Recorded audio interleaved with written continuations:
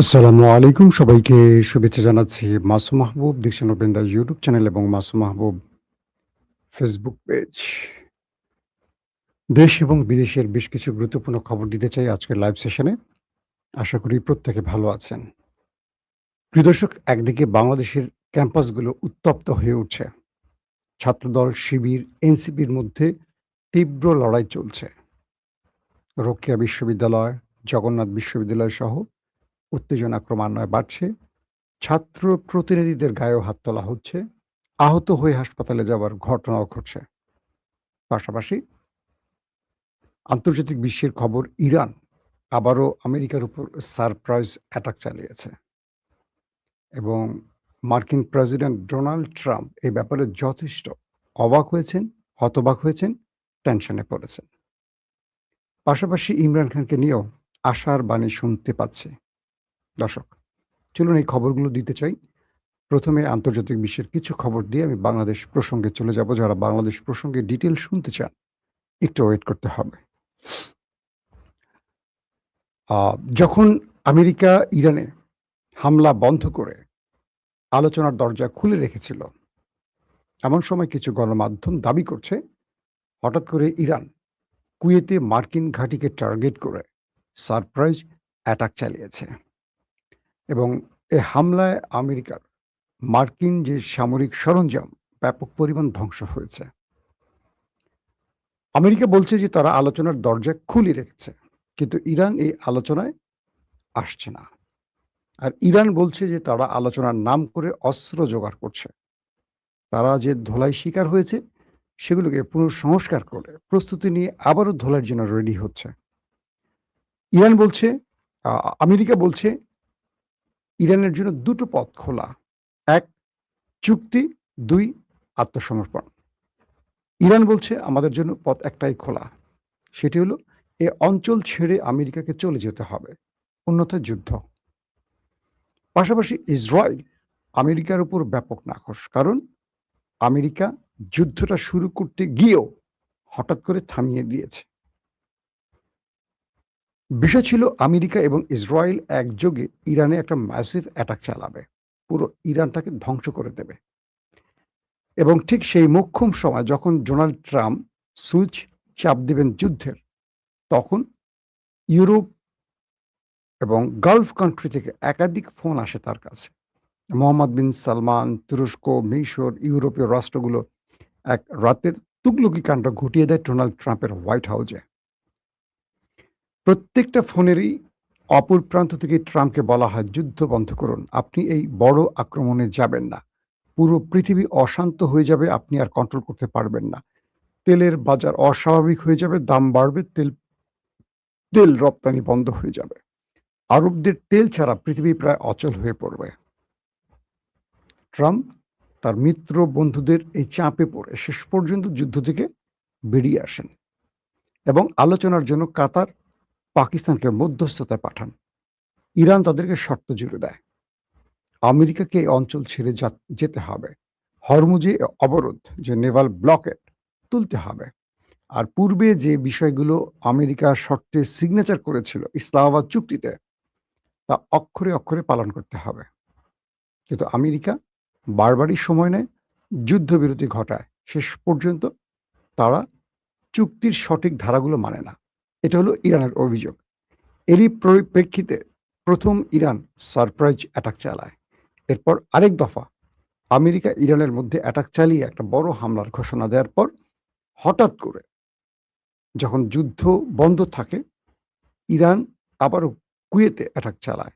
যে কুয়েতে অ্যাটাকের পর ট্রাম্প বুঝতে পারছেন যে তিনি নন, ইরান নিজেই এখন যুদ্ধের মূল ড্রাইভিং সিটে আছে।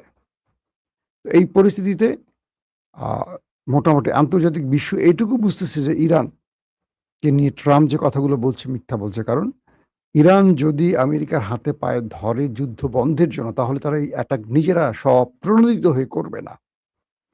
এই কুয়েতে হামলার কারণে বোঝা যাচ্ছে আমেরিকা যুদ্ধটা চাইছে না, ইরান বরং যুদ্ধ চাইছে, কারণ ইরান সাফল্যের দ্বার প্রান্তে আছে, এটি ধারণা করা হচ্ছে। পাশাপাশি মার্কিন অবরোধের তীব্র নিন্দা জানালো এবার সরাসরি তেহরান।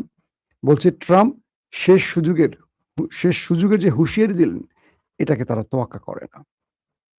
ইরানের শীর্ষ সামরিক উপদেষ্টা মহসিন রেজাই সতর্ক করেছেন যে ইরানের বন্দরগুলোতে ওয়াশিংটনের নৌ অবরোধ অব্যাহত থাকলে মার্কিন জাহাজ ও বাহিনী গুরুতর ঝুঁকি এবং হতাহতের শিকার হবে। অর্থাৎ হরমুজের রাস্তা বন্ধে যে নেভাল ব্লকেট তৈরি করেছে আমেরিকা, এটা দ্রুত তুলে না ফেললে ইরান তাদের উপর ম্যাসিভ অ্যাটাক চালাবে এবং এখানে মার্কিন যে নৌবাহিনী আছে, নৌ রণতরী আছে, যুদ্ধ জাহাজ আছে, এগুলো বড় হামলার শিকার হবে এবং প্রচুর মার্কিন সেনা প্রাণ হারাবে, এটি বলছেন মহসিন রেজাই। পাশাপাশি মার্কিন প্রেসিডেন্ট ডোনাল্ড ট্রাম্প বলেছেন ইরানের সঙ্গে আলোচনা চলছে এবং সতর্ক করে দিয়ে বলেছেন ৫ মাস ধরে চলা এই সংঘাতের অবসানে একটি চুক্তি সম্পাদনের জন্য এই আলোচনায় তেহরানের শেষ সুযোগ। যদি তেহরানের সেই সুযোগ কাজে না লাগায় তাহলে তাদেরকে নিশ্চিহ্ন করে দেবে ট্রাম্প। তবে তেহরান ওয়াশিংটনের সঙ্গে আলোচনার কথা অস্বীকার করে বলেছে তারা হরমুজ প্রণালী নিয়ে ওমানের সঙ্গে কথা বলছে। ট্রাম্পের শান্তি বোর্ড বলছে, অর্থাৎ আমেরিকা প্রস্তাব দিয়েছে ইরানকে আলোচনার, ইরান সেটাকে ডিনাই করছে, বলছে তাদের সাথে আমাদের কোনো আলোচনা নেই। হরমুজ প্রণালী ইস্যুতে আমরা আলোচনা করব ওমানের সাথে, কারণ এটা আমাদের, আর অপর প্রান্তে ওমানের। আমেরিকাকে এখানে আমাদের সাথে আলোচনা করার, সে কোত্থেকে আসছে মোরল? তাকে তো আমি মানি না, তাকে ইসরায়েল মানতে পারে, তাকে সৌদি আরব মানতে পারে, বাংলাদেশ মানতে পারে, পাকিস্তান মানতে পারে। আমি তো তাকে মানবো না। সে কে? সে তো আমার বিচারক নয়। এটা আমার অঞ্চল, আমার জলসীমার সিদ্ধান্ত আমার। যেমন আমেরিকা নিজের অঞ্চলের সিদ্ধান্ত নিজে নেয়, আমরা দেই না। আমাদের অঞ্চলের সিদ্ধান্ত আমরা দেব, আমেরিকা দেবে আর কি। তো এই অবস্থার মধ্যে আছে এখন দুই দেশের আলোচনা বা হট টপিকগুলো। পাশাপাশি ইমরান খানের মুক্তির বিষয় দি অবজারভার, একটা ব্রিটিশ গণমাধ্যম, তারা বলছে যে তৃতীয় পক্ষ আলোচনা করছে এবং কিছু ভালো বার্তা আসতে যাচ্ছে। কতটুকু সঠিক জানি না। ইমরান খানের 2 ছেলে কাসিম সুলাইমান তার বাবার মুক্তির জন্য এবং তার বাবার শারীরিক অবস্থার জন্য সরকারকে কঠোর হুঁশিয়ারি দিয়ে বলেছেন তার বাবার কিছু হলে এর দায় সরকারকে বহন করতে হবে। শেষ পর্যন্ত ইমরান খানের মুক্তি মিলবে কিনা এটা নিয়ে আমি চাইবো আরো ডিটেইল তথ্য আপনাদের দিতে, কারণ পাকিস্তান এই মুহূর্তে খুব ক্রুশিয়াল মুভমেন্টে আছে, যেমন বাংলাদেশ আছে। দুঃখজনক হলেও সত্য যে বাংলাদেশ এবং পাকিস্তানের রাজনৈতিক বিরোধ বা চিন্তাগুলো প্রায় এক। যে কারণে বাংলাদেশে মানে অস্বস্তির মধ্যে আছে রাজনীতি। একইভাবে আমরা দেখতে পাচ্ছি যে পাকিস্তানও একইভাবে। দুটো দেশের চিন্তা চেতনা মানে সবগুলোর প্রায় মিল আছে। আমাদের দেশের রাজনৈতিক দলগুলো যেমন পরিবারতন্ত্রের, ওই দেশও তাই। ভিন্ন কেউ এসে এখানে টিকে থাকতে পারে না। এসছিলেন শুধু ইমরান খান। তাকে সবাই মিলে একদম করাপ্টেড সবগুলো, সেনাবাহিনী বলেন, ব্রুকেট বলেন, প্রশাসন বলেন, সবাই মিলে ইমরানকে সার্চ করে দিচ্ছে। কারণ দুর্নীতি না থাকলে এরা টিকে থাকবে না। এরা তো আসলে রাজনীতি না, আসে মাল কামাইতে। তো বাংলাদেশের অবস্থা দেখেন, এই যে বিদ্যুৎ বিলের ভৌতিক বিল ওঠা শুরু করছে। আমার নিজের বাসায় ডবল হয়ে গেছে। হঠাৎ ১ মাসে ১ বিল, পরের মাসে পুরো ডবলের বেশি বিল। কাকে জিজ্ঞেস করব? আজকে ডক্টর জাহিদ, রাষ্ট্রের একজন উপদেষ্টা প্রধানমন্ত্রীর বা বিএনপি সরকারের, একসময় টকশো করতেন। তো সেই জাহিদ বলছেন যে সংশ্লিষ্ট কর্তৃপক্ষকে জানাতে ঢালাওভাবে অভিযোগ করতে না। তো বিদ্যুৎ বিভাগের অফিসে যাওয়া হলো, মানে আমার ড্রাইভার গিয়েছিলেন কাগজ নিয়ে, বলছে আপনারা এই ইউনিট খরচ করেছেন। এখন আমাকে একটা জিনিস বলেন, আমার বাসায় বিদ্যুৎ কতটুকু ব্যবহার হয়েছে এটা আমি বের করব কিভাবে? আমার কাছে মেশিন আছে। যদি যাদের কাছে অভিযোগ দিলে তারা কোনো কারণ দেখাতে পারে না, তারা বলছে আপনাদের মিটারে এটা উঠছে। কি উঠছে না উঠছে, মিটার কি কে কতজন বোঝে? আগের মাসে কত ছিল, এই মাসে কত, এই জিনিসগুলো নিয়ে এখন হসপস অবস্থা। এখন একটা যে বিষয় আমরা বুঝতে পারছি যে যারা সরকারে থাকে তারা মানুষের কথা শুনতে চায় না।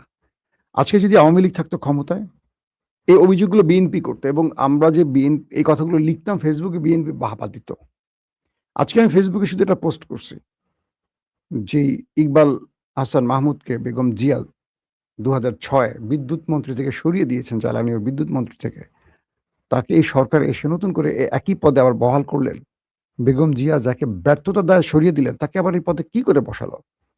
আমার বন্ধু, আমরা লন্ডন মিডিয়া সেল একসাথে কাজ করেছি, তারেক রহমানের যে মিডিয়া সেল, যার সাথে আমরা কাজ করতে, সে আমাকে সেখানে গুপ্ত সম্বোধন করেছে। আমার বন্ধু, বুঝতে পারছেন?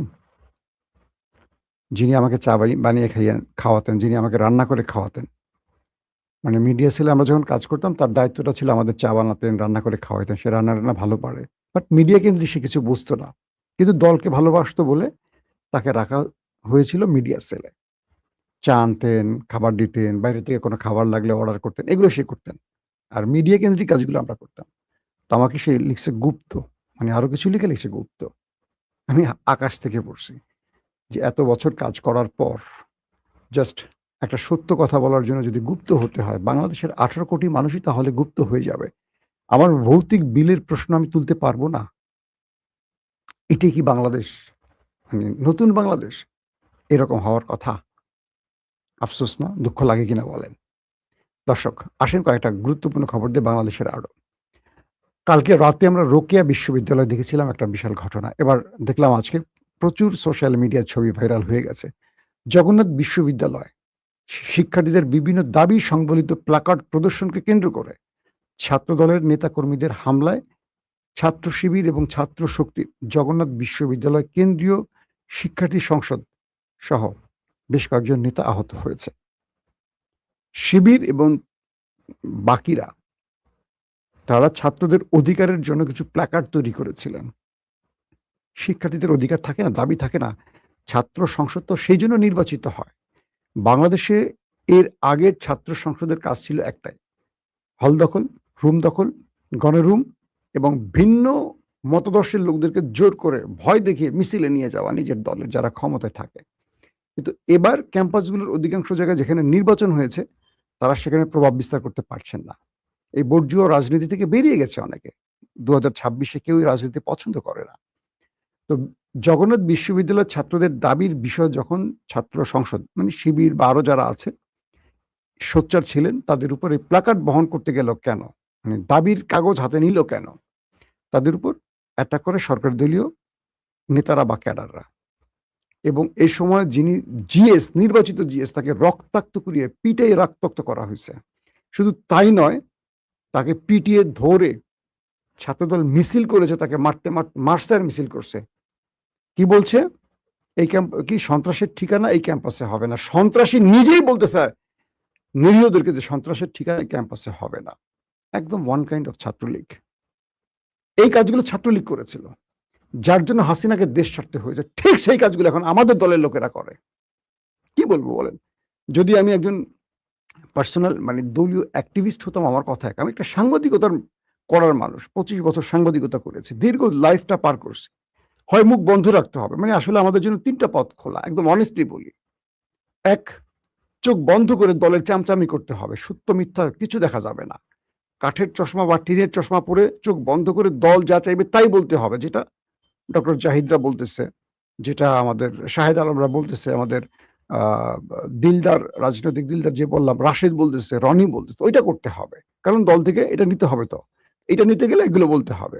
আগে যেটা আওয়ামী লীগের আমলে এক দল বলতো, আমরা তাদেরকে বলতাম দালাল।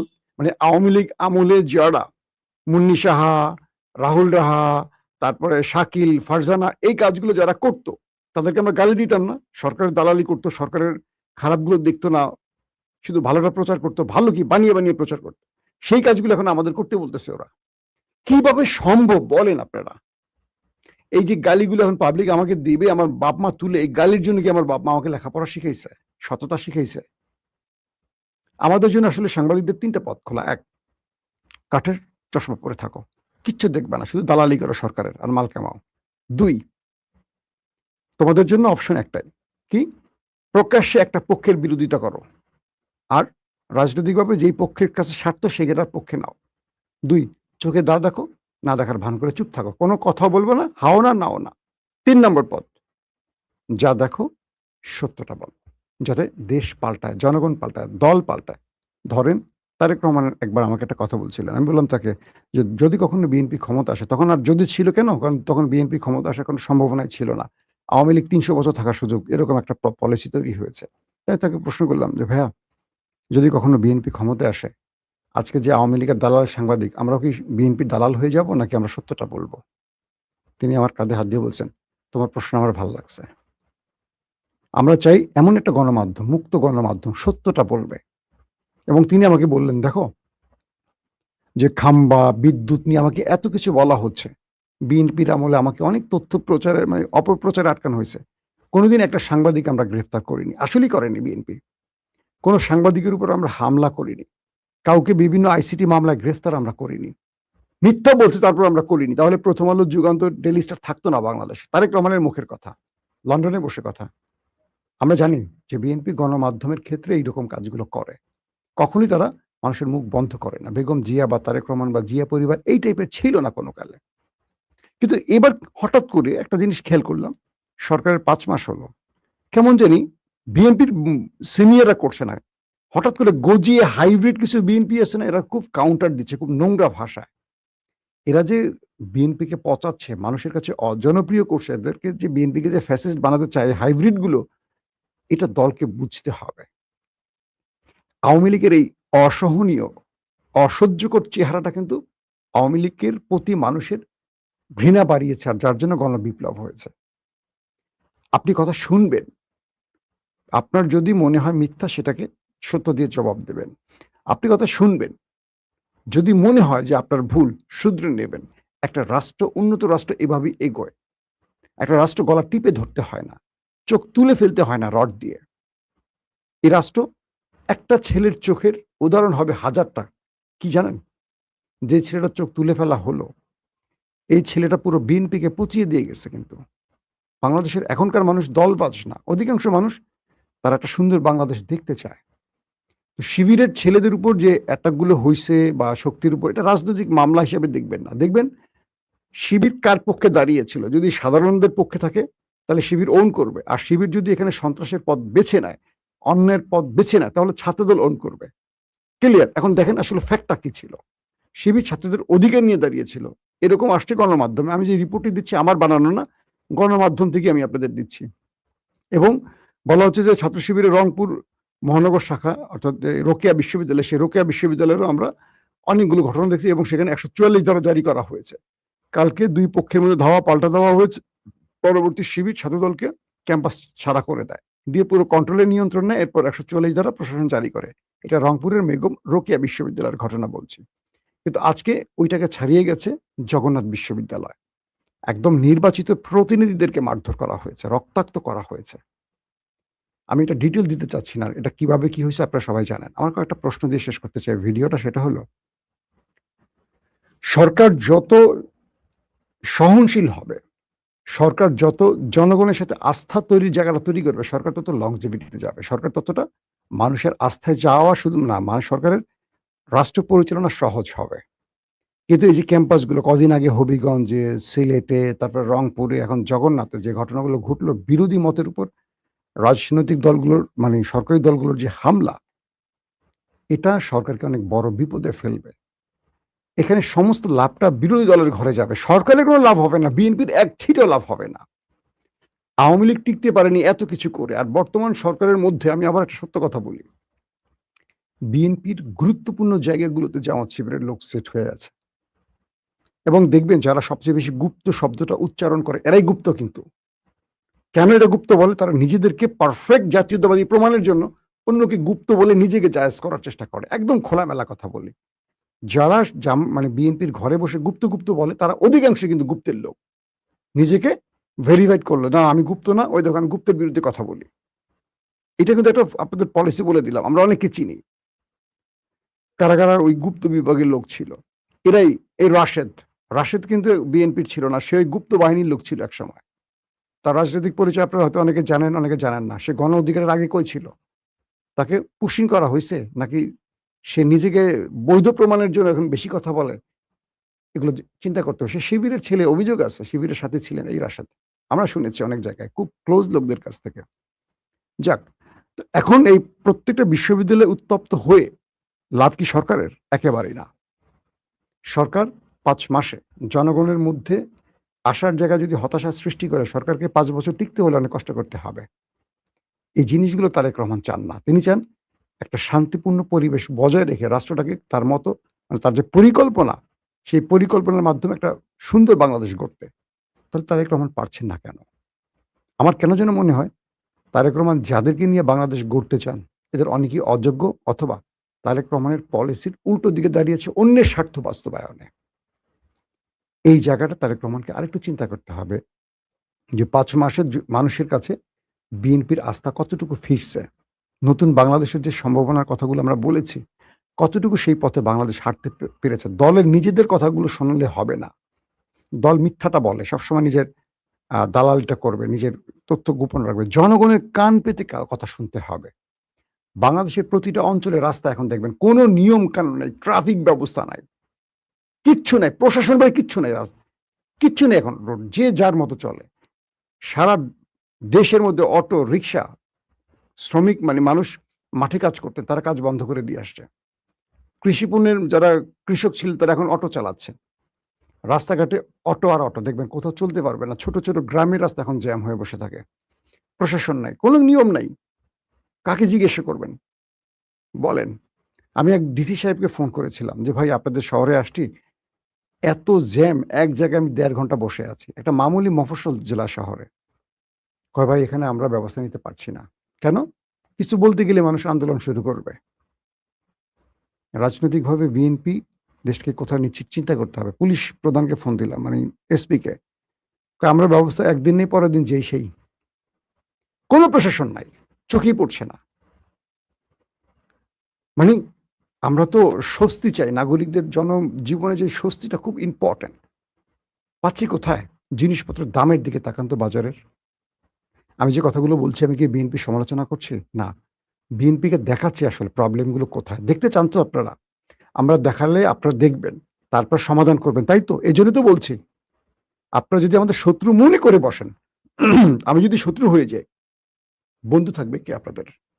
এখন যারা চামচামি করছে, তেলবাজি করে, হাসিনার সময় যারা চামচামি তেলবাজি করছে তারা কোথায় দেখছেন? সব ব্যাংকের টাকা ভরে বিদেশ পালায় চলে গেছে। ওরাও চলে যাবে। আবার আমরাই থাকবো আপনাদের পক্ষে লড়াই করব। প্রত্যেকটা ক্যাম্পাসকে শান্ত করতে হবে। ছাত্রদল যে বাড়াবাড়ি করছে, বিভিন্ন জায়গায় বিরোধী মতের উপর যে হামলাগুলোর ঘটনা ঘটছে এরা বন্ধ করতে হবে। এই ছাত্রলোক নিজেকে যদি লীগ বানায় ফেলে, জুলাইয়ের সন্তানগুলো এখনো ঘরে ফেরে নাই কিন্তু। বাংলাদেশের মানুষকে যে পথ দেখা গেছে জুলাই বিপ্লবীরা, এই পথ খোলা আছে এখন। এই পথটা বিকল্প পথ তৈরি করবে না এর কোনো গ্যারান্টি নাই। তাই রাষ্ট্রকে খুব সচেতনভাবে এগোতে হবে। মানুষের মধ্যে অসন্তোষ কমাতে হবে। জিনিসপত্রের দাম কমাতে হবে। বিদ্যুৎ মানুষের ইম্পর্টেন্ট একটা ব্যাপার। এখানে চুরি ঠেকাতে হবে। বৈষম্য ঠেকাতে হবে। বিশেষ করে যারা গত ১৫ বছর বাগানে, বাগানে ছিল তারা এখন রাস্তার রাজা হয়ে গেছে। তাদের আগে ঘরে ফেরাতে হবে। যুবদল, ছাত্রদলকে আগে ঘরে ফেরান। এরা যতক্ষণ মাঠে থাকবে মানুষের ঘুম হারাম করে ফেলবে। এরা বিরোধী দলে গেলে একেবারে বিড়াল। সরকারি দলে আসলে এদের অত্যাচারে থাকা খুব কঠিন হয়। এরকম সিচুয়েশন তৈরি যেন না হয়। কারণ ছাত্রদল অনেক ত্যাগ করছে, অনেক রক্ত দিয়েছে মাঠে ঘাটে। এই দেশে তারা গত ১৫ বছরে অনেক সাফার করছে আমাদের ছাত্রদলের প্রিয় ভাইগুলি। এদের সেই ঐতিহ্যকে যেন কোনো দুষ্ট লোকেরা নষ্ট না করে। এই ছাত্রদল মানে খারাপ না। এর মধ্যে কিছু হাইব্রিড আওয়ামী লীগ থেকে ঢুকে গেছে। ঢুকে তারা বিএনপির পারফরম্যান্স বা বিএনপির দুর্নাম কামাই করার জন্য কাজগুলো পরিকল্পিত করছে। এখন সেটা বিএনপিকে বুঝতে হবে। আমি আপনি বুঝলে হবে না। চিহ্নিত করে এদেরকে শায়েস্তা করতে হবে। যেমন নির্বাচনের আগে তারেক রহমান যেখানেই অভিযোগ সেখানেই সাসপেন্ড, বহিষ্কার করছেন। কিন্তু নির্বাচনের পরে আর কাউকে বহিষ্কার করতে দেখছি না। তার মানে কি নির্বাচনের জন্যই এটা করা হয়েছিল? এই প্রশ্নটা আসতেই পারে। আল্লাহ হাফেজ।